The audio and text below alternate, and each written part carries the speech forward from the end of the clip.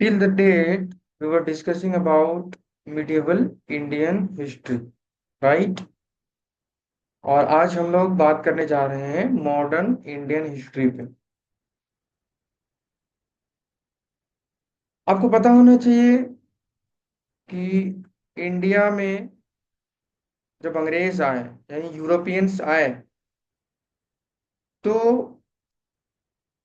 Portuguese were the first Europeans to arrive Vasco da Gama in 1498। 1498 में कौन आए थे? Vasco da gamma.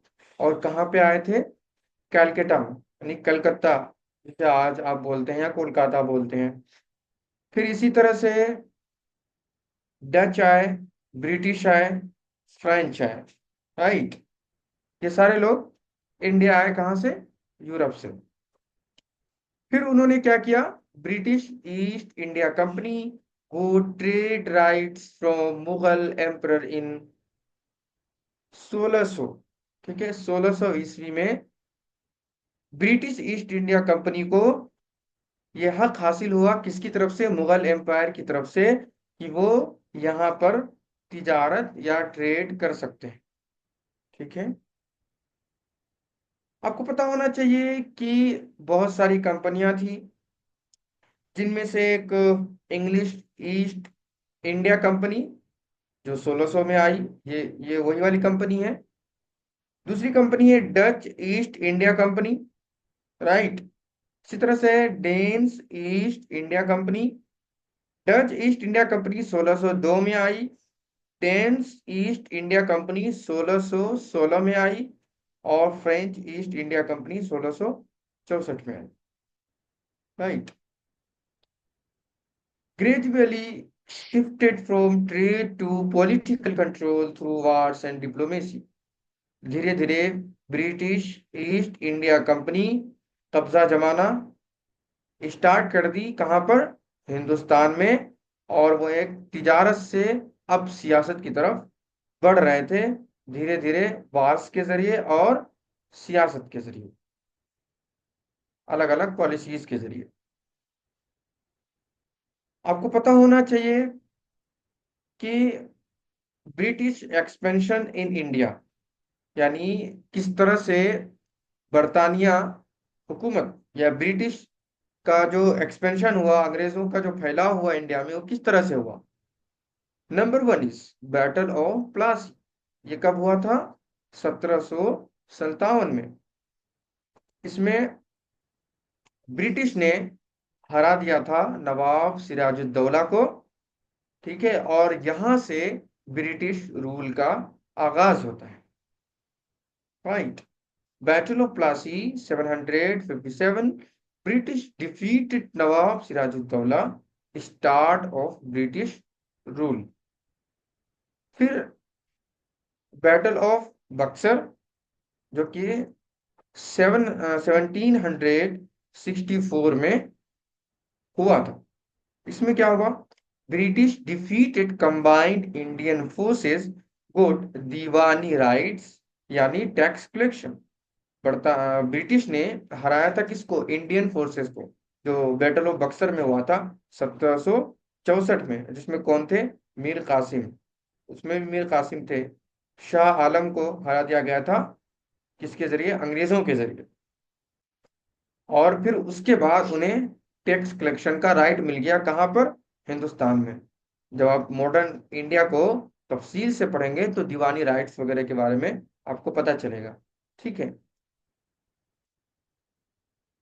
अब आगे बात करते हैं doctrine of lapse by Dalhousie annexed states with no heir. यानी यहां से अब उन स्टेट पर कब्जा किया जाने लगा जो किसी की विरासत में नहीं था, किसी के कब्जे में नहीं था, या उनका कोई वारिस नहीं था। और धीरे धीरे उन स्टेट्स पर कब्जा जमाना उन्होंने स्टार्ट कर दिया। किसने? अंग्रेजों ने। फिर इसी तरह से एक अलायंस होता है, सब्सिडियरी अलायंस जिसे बोलते हैं आप, subsidiary alliance. Indian rulers force to accept British troops and lose sovereignty. यहां से इंडिया इंडियन रूलर्स को क्या किया जाता है, ब्रिटिश जाल में फंसाने के लिए उनको मजबूर किया जाता है, और हमारे यहाँ पे जो सोवरेनिटी है उसको कमजोर करने के लिए कोशिशें की जाती। अब यहां से स्टार्ट होता है क्या, रिवोल्ट ऑफ 1857, यानी फर्स्ट वार ऑफ इंडिपेंडेंस। पहली जंग आजादी जिसे आप बोलते हैं वो कब स्टार्ट हुआ, 1857 में। लेकिन कुछ लोग बात करते हैं 1853 की भी, 1852 की भी, ठीक है। लेकिन आप 1857 याद रखिए, फर्स्ट वार ऑफ इंडिपेंडेंस। फिर इसके बाद क्या हुआ, revolt of 1857, first war of independence. ये क्या था, एक first large scale arm rebellion against British rule. ये अंग्रेज हुकूमत के खिलाफ, ठीक है, ब्रिटिश रूल के खिलाफ सबसे बड़ी बगावत, ठीक है। और यहीं से शुरुआत होती है बगावत की। और बगावत क्यों हुई उसके बारे में कहा जा रहा है कि causes, heavy taxes, land policies, religious interference and military grievances. क्या वजह थी, बहुत ज्यादा वो, जब उनको दीवानी राइट्स मिल गया है ना, दीवानी राइट्स एंड टैक्स कलेक्शन, जब वो उनको मिल गया तो वो बहुत ज्यादा टैक्स थोपने लगे लोगों पर। लैंड पॉलिसीज, जमीनों के लिए, आगे हम बताएंगे आपको कि जब गांधीयन इरा आता है, यानी गांधी का जमाना आता है, तो उन्होंने जो मूवमेंट छेड़ा था, जो तहरीक छेड़ी थी उन्होंने, वो क्या था, वो प्रेजेंट के हक में था, यानी किसान वगैरह जो उस वक्त थे, तो क्या था, जमीनों से रिलेटेड था।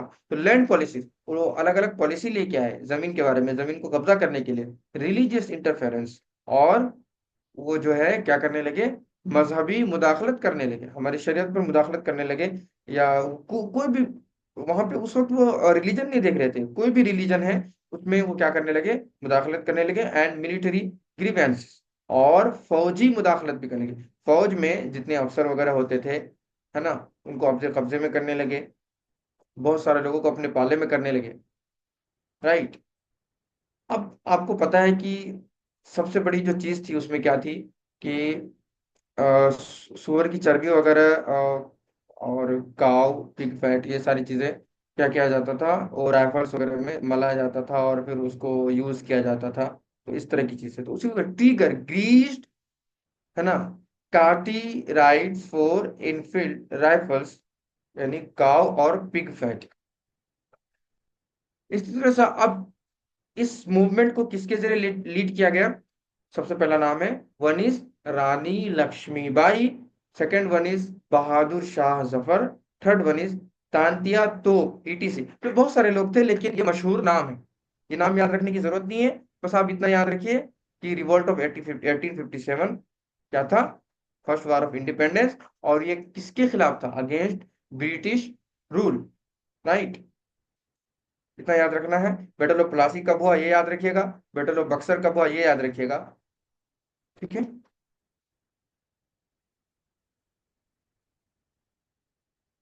अब देखिए, इस वार में जो हो रहा था, जो कुछ भी हो रहा था, ब्रूटली सप्रेस्ड बट सोड सीड्स ऑफ नेशनलिज्म।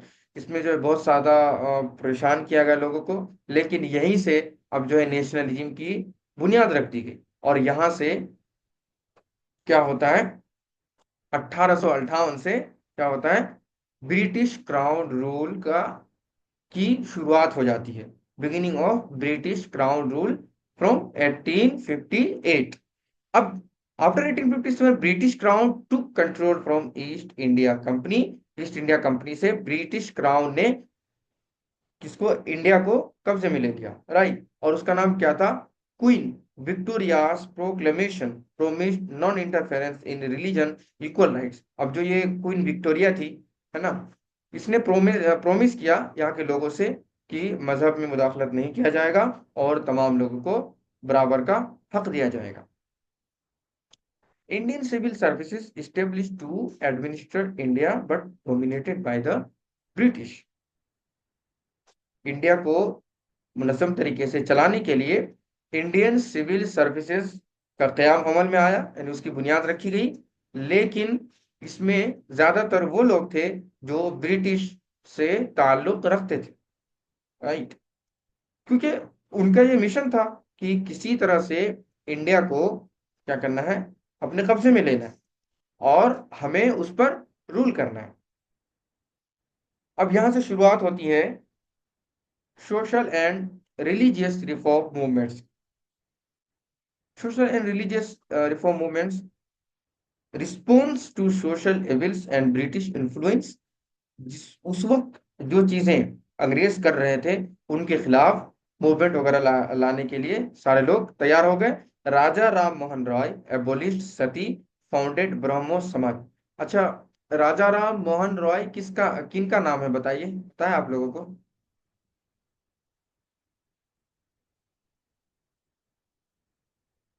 राजा राम मोहन रॉय कौन थे? Father of modern India. चलिए, तो इन्होंने क्या किया, सती सती को क्या किया, हराम करार दिया, एबोलिस्ट यानी उसको गलत कहा। ठीक है, अब गलत कहा बोल दीजिए। फाउंडेड ब्रह्मो समाज, सब ब्रह्मो समाज की इन्होंने बुनियाद रखी। अब वहां पे पूछा जा सकता है आपको कि who is the founder of Brahmo Samaj. नीचे नाम रहेगा राजा राम मोहन राय, B.R. अम्बेडकर, या फिर अमित शाह या नरेंद्र मोदी, कुछ भी। तो आपको क्या लिखना है, ब्रह्मो समाज के कौन थे फाउंडर, राजा राम मोहन रॉय। स्वामी विवेकानंद, स्वामी विवेकानंद के बारे में आपको पता होना चाहिए कि इन्होंने जो है spirit Hindu philosophy and social service, यानी हिंदुत्व को फैलाने में इनका बहुत बड़ा किरदार रहा है। और सोशल सर्विस, समाजी खिदमत में इन्होंने अच्छा काम किया है। ठीक है। दयानंद सरस्वती, इन्होंने क्या रखा, आर्य समाज की बुनियाद रखी। रिटर्न टू वेदास, वेद वगैरह में जो तस्करा मिलता है उससे, मतलब उसकी तरफ वापसी करके उन्होंने आर्य समाज की बुनियाद रखी। सर सैयद अहमद खान, सबसे बड़ा नाम इंडियन मुस्लिम में। अलीगढ़ मूवमेंट तो ठीक है उन्होंने चलाया, लेकिन वो उनकी जात खुद अपने आप में एक तहरीक थी, सर सैयद अहमद खान की। अगर सर सैयद अहमद खान नहीं होते तो शायद आज पता नहीं मुसलमानों का कोई इदारा भी नहीं होता इंडिया में, है ना। यानी मॉडर्न एजुकेशन के लिए, modern education for Muslim, sir Syed Ahmad Khan, Aligarh movement. ये पता है आपको, अलीगढ़ मूवमेंट कब हुआ था बताइए?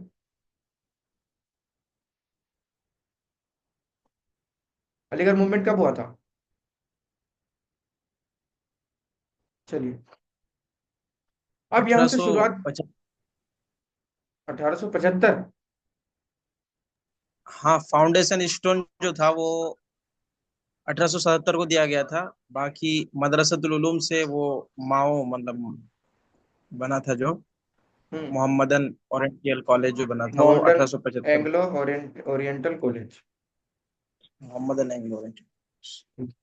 चलिए, अब यहां से शुरुआत होती है क्या, राइज ऑफ इंडियन नेशनलिज्म। अब यहाँ से बुनियाद पड़ती है। अब तो इतने इतने दिनों तक अंग्रेज हुकूमत करते रहे, सारी चीजें करते रहे, ठीक है, वो कर रहे हैं, अभी भी कर रहे हैं। लेकिन अब यहाँ से बुनियाद पड़ती है इंडियन नेशनल कांग्रेस की, जो जिसकी बुनियाद 1825 में रखी गई थी। और किसने रखा था, A.O. ह्यूम ने। ठीक है, 1885 में, 1885। ठीक है। इसी तरह से फिर एक, मतलब मॉडरेट फेज आता है, यानी मुतदिल जमाना जिसे आप बोल सकते हैं, 1885 से 1905 तक का, जिसमें पीसफुल डिमांड्स हुए कि हम मतलब पुराने तरीके से अपने अपनी मांगे रख रहे हैं, आप हमें वो मांगे दीजिए। लेकिन लोग मानते नहीं थे। पेटिशंस वगैरह दिए गए, दायर किया गया कि उसमें दादा भाई नौरोजी और गोखले वगैरह ये सारे लोग शामिल थे। तो उसमें मतलब इन लोगों ने अलग अलग अपनी डिमांड्स हुकूमत के सामने रखी।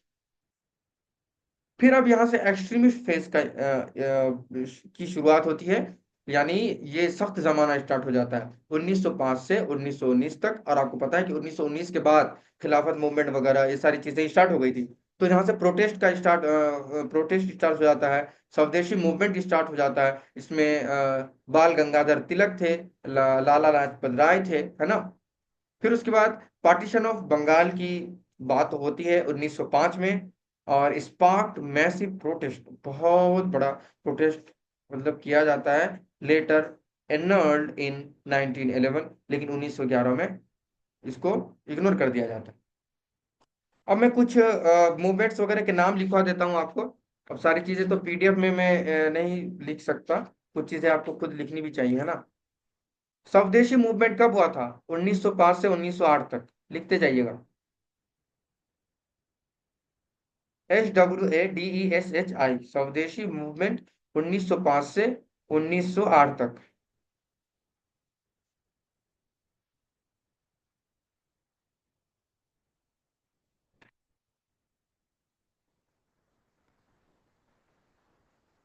स्वदेशी मूवमेंट, राइट। समझ में नहीं आया सर क्या बोल रहे हैं। लिखा तो लिख दिया, कमेंट सेक्शन में देख लीजिए।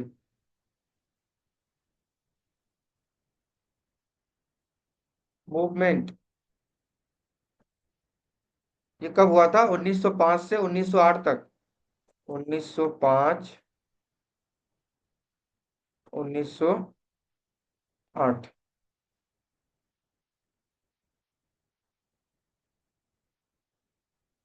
दूसरी चीज स्टार्ट होती है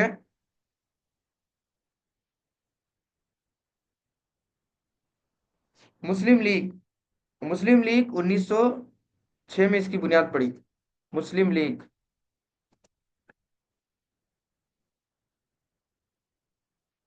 मुस्लिम लीग 1906। इसी तरह से मुस्लिम लीग को लीड करने वाले कौन लोग थे? आगा खान, सलीमुल्लाह, है ना, मोहसिनुल मुल्क। आगा खान, सलीमुल्लाह, मोहसिनुल मुल्क। इसी तरह से जमियात अहले हदीस हिंद एक मूवमेंट के तौर पर सामने आया, है ना। 1906 में स्टार्टिंग है इसका। और इसके जो मतलब फाउंडर वगैरह आप कह सकते हैं, नाजिर हुसैन। नाजिर हुसैन, जमियत अहले हदीस।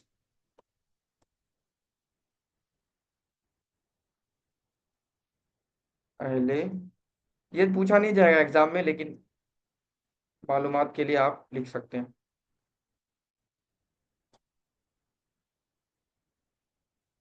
इसी तरह से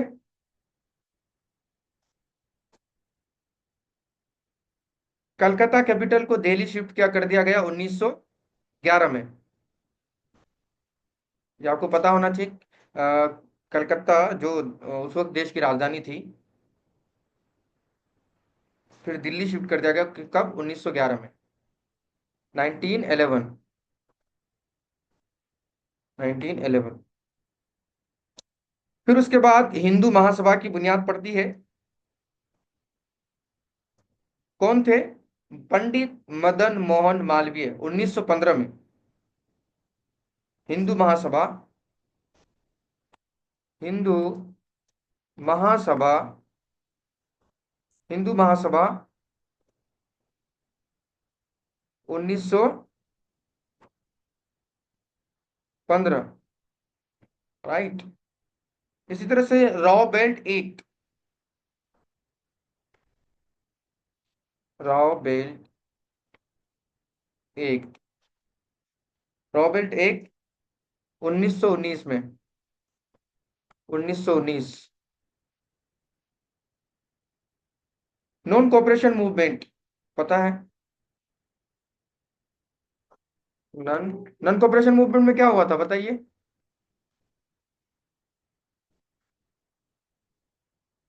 इसमें उस वक्त की जो चीजें थी उसका बायकॉट किया गया था। ये कब हुआ था? 1920 से 22 तक, 1922 तक, राइट। Please note down.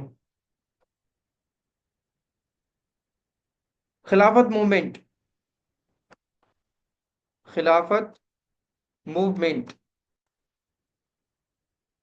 ये सब एनसीईआरटी में मिल जाएगा आपको। खिलाफत मूवमेंट 1920, 1920 खिलाफत movement. First round table conference in England कब हुआ था? 1930, 31, 32।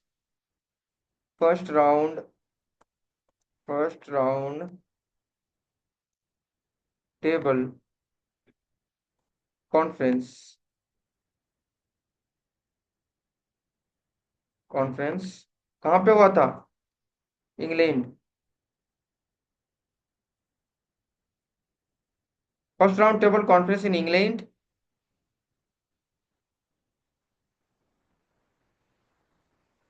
1930, 31, 32। इसी तरह से पूर्ण स्वराज डिक्लेरेशन कब हुआ था? 1925 में। पूर्ण स्वराज डिक्लेरेशन।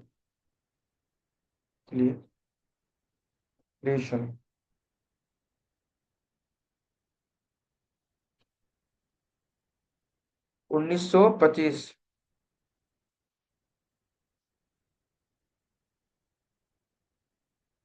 डिक्लेरेशन 1925। किसकी वजह, किसके जरिए हुआ था? इंडियन नेशनल कांग्रेस के जरिए, यानी आईएनसी के जरिए। गवर्नमेंट ऑफ इंडिया एक्ट कब आया? 1935 में। Government of India act. Government government of India act कब आया था? 1935। और इसी के बाद 1937 के बाद शरीयत एप्लीकेशन एक्ट आया था, जो उस वक्त की वक्फ प्रॉपर्टी वगैरह थी, ठीक है। बहुत ज्यादा दिक्कत हो रही थी लोगों को, शरीयत में मुदाखलत की जा रही थी हमारी जमीनें वक्फ वगैरह की, तो उस वक्त शरीयत शरीयत एप्लीकेशन एक्ट आया था 1937 में। वो याद मत रखिए, बस जानकारी के लिए। Quit quit India movement, Bharat छोड़ो आंदोलन जिसे बोलते हैं आप। डू और die. Quit India movement. Quit India movement कब हुआ था? 1942। 42।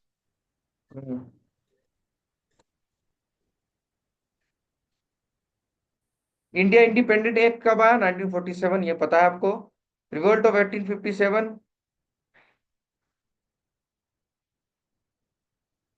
बगावत हिंद जिसे बोलते हैं आप। पार्टीशन ऑफ बंगाल कब हुआ था? 1905 में। सैमन कमीशन 1927 में। कमीशन 1927। लाहौर सेशन 1929। दांडी मार्च, ये याद रखिए। शॉर्ट मार्च किसे बोलते हैं बताइए? शॉर्ट मार्च 1930 में। दांडी मार्च, ठीक है।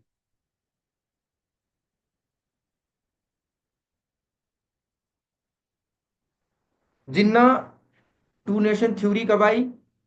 1940 में। ब्रह्मो समाज किसने बताया था आपको? राजा राम मोहन रॉय। वहाबी मूवमेंट कब हुआ था? 1820 में।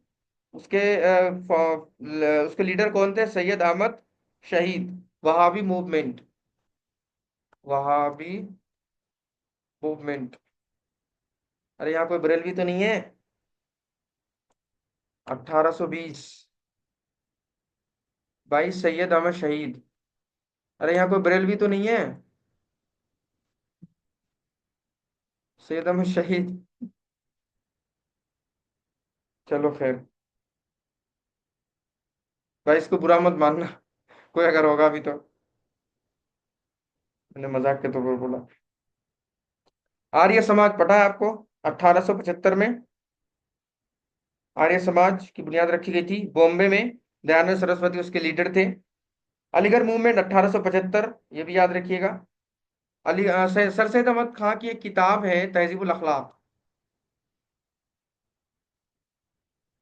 बापू किसे बोला जाता है? महात्मा गांधी को।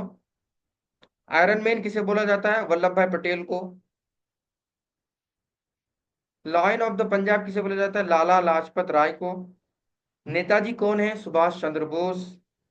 नाइटिंगेल ऑफ इंडिया कौन है? सरोजिनी नायडू। और जवान किसे बोला जाता है? इंडियन सोल्जर को।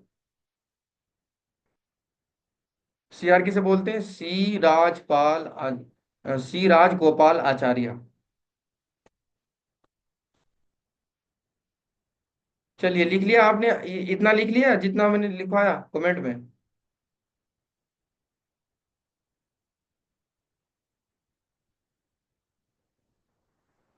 नूर आलम? जी, कमेंट में जितना लिखे वहां तक हो गया। चलिए, सबका हो गया होगा, आई होप। तो I am moving forward, right. तो next one is revolutionary movements. ये बता दिया आपको क्या क्या थे, वो मैंने कुछ लिखवा भी दिया है। ये nationalist turn to arm struggle. अब जो है, जितने नौजवान उस वक्त के थे, जैसे भगत सिंह, राजगुरु, आजाद, ये क्या लड़े? लड़े ब्रिटिश रूल के खिलाफ। किसके जरिए? बॉम्ब वगैरह, तोप और ये शूटिंग वूटिंग के जरिए, है ना। फिर गदर मूवमेंट हुआ था। गदर मूवमेंट कब हुआ था बताइए? तारीख पता है गदर मूवमेंट की किसी को? गदर मूवमेंट कब हुआ था? जल्दी बताइए। गदर मूवमेंट।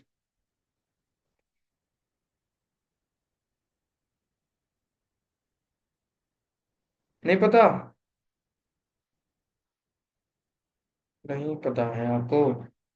1913 में। ठीक है। अरे एक लड़का ऑफलाइन था, ऑफलाइन पढ़ाई करता था। तो मैंने उससे पूछा कि गदर कब हुआ था? तो जो गदर मूवी के बारे में बताने लगा कि ये रिलीज उस टाइम पे हुई थी, गदर मूवी के बारे में। चलिए, आगे जो लिखा हुआ है वो उतना जानने की जरूरत नहीं। अब आते हैं गांधीयन ईरा में। 1915 से 1947। Mahatma Gandhi return from South Africa in 1915। 1915 में महात्मा गांधी साउथ अफ्रीका से वापस आ गए थे, कहाँ? इंडिया। प्रमोटेड नॉन वायलेंस यानी अहिंसा एंड ट्रूथ, सत्याग्रह, है ना। उन्होंने जो है क्या किया? प्रमोट किया, प्रचार प्रसार किया, किसका? अहिंसा का, यानी कोई मतलब हिंसा ना हो, है ना।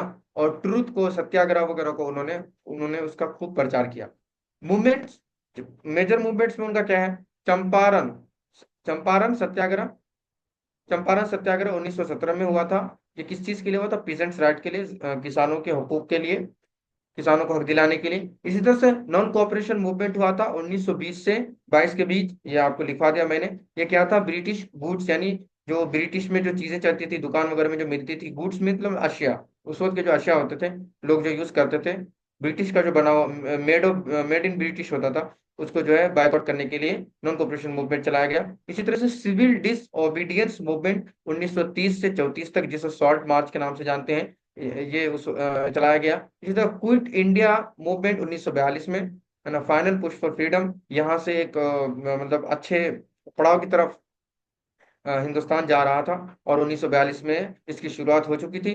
डू और डाई, इसी मूवमेंट का नारा है, ठीक है। Other major developments, Simon Commission, ये भी लिखवा दिया 1927 में।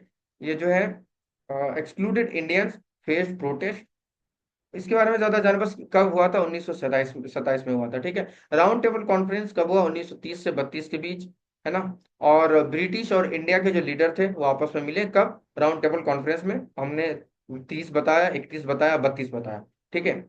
गवर्नमेंट ऑफ इंडिया एक्ट 1935 में आया। इसने क्या किया? गेव प्रोविंसेस सेल्फ रूल, बहुत सारे कवानीन दिए इस एक्ट ने। जैसे इंडियन नेशनल आर्मी, है ना। ये किसके जरिए इसकी बुनियाद रखी गई? सुभाष चंद्र बोस के जरिए। और मिलिट्री लिबरेशन, यानी हमारी आज़ादी होनी चाहिए फौज के ताल्लुक से। तो यहाँ से इंडियन नेशनल आर्मी का, और आज जो आप देखते हैं इंडियन नेशनल आर्मी, वो उन्हीं की देन है, सुभाष चंद्र बोस की, है ना।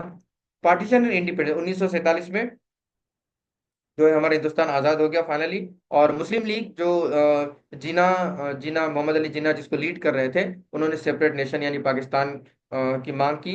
और उनको पाकिस्तान भी दे दिया भी गया। लेकिन बहुत ज्यादा हिंसा हुआ उस पार्टीशन की वजह से। और मतलब बहुत ज्यादा दिक्कतें हुई लोगों को, यहाँ तक कि बोला जाता है कि गाड़ियों में भर भर के लाशों को भेजा जा रहा था पाकिस्तान। आप कभी तारीख पढ़ेंगे तो मतलब वो बहुत ही दिल दहला देने वाली कहानी है ना। इंडिया इंडिपेंडेंस एक्ट 1947, ये पता है, पार्लियामेंट, ब्रिटिश पार्लियामेंट के जरिए इसको पास कर दिया गया। इसी तरह से इंडिया बिकेम इंडिपेंडेंट 1947 को, और पाकिस्तान 14 अगस्त को। The partition led to massive violence and refugee crisis. अब यहाँ से जितने लोग हिजरत करके जाने वाले थे उनको बहुत ज्यादा गलत चीजों का, बहुत ज्यादा वायलेंस का सामना करना पड़ा। ठीक है, अब हम कुछ चीजें आपको लिखवा देते हैं 4-5 मिनट में, वो आप लिख लीजिए। आज मेरा वो कंप्लीट हो जाएगा। मॉडर्न मॉडर्न इंडिया का पार्ट आज कंप्लीट कर देना है हम लोग। First governor general of Bengal, लिखिए। First governor general of Bengal. नहीं सर, चलो। First governor general of Bengal लिखो।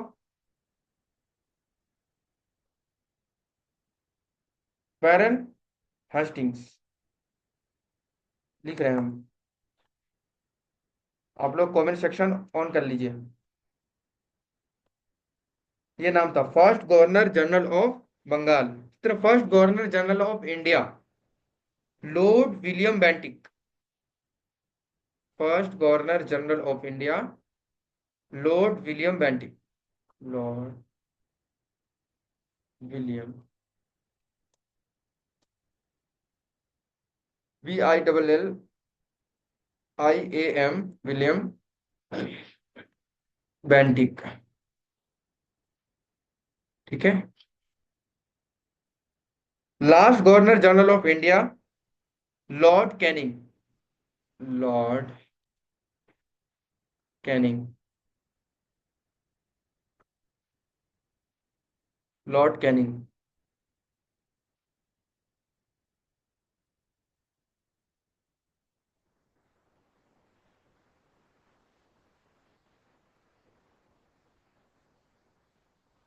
लिख लिया इतना? अच्छा, इंडियन यूनिवर्सिटीज एक्ट कब सर। लाया गया था? बोलिए सर एक सवाल है। बोलिए बोलिए। ये वारेन हेस्टिंग कब, ये क्या है, समझ में नहीं आया। First governor general of Bengal, first governor. अरे, जिस तरह आज राष्ट्रपति वगैरह होता है ना, जैसे स्टेट लेवल में वो होता है ना, गवर्नर होता है ना, उसी तरह से ये सारी ये चीजें थी। First governor governor of Bengal. Governor general कर लीजिएगा, गवर्नर के बाद जनरल।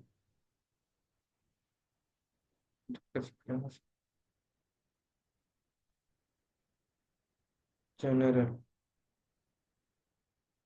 ये है जनरल ऑफ बंगाल। चलिए, लिख लिया इतना आप लोगों ने?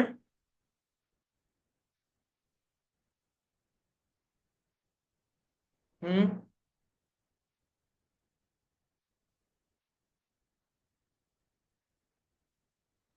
इतना लिख लिया?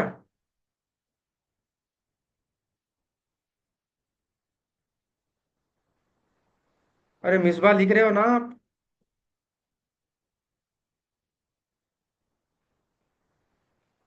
मिसबा, महबूब लिख रहे हैं आप? जी सर, लिख रहे हैं। अरे सादिया, सादिया का तो कुछ पता ही नहीं चलता, वो लिखती है वे कि नहीं पता नहीं। सादिया लिख रही है?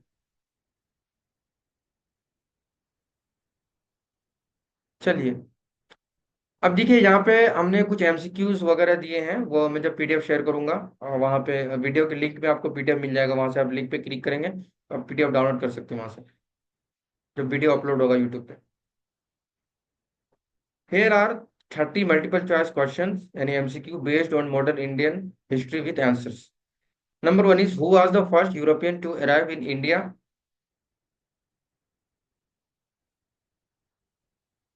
First European to arrive in India. कौन थे? वास्को डी गामा, ये पता है आपको?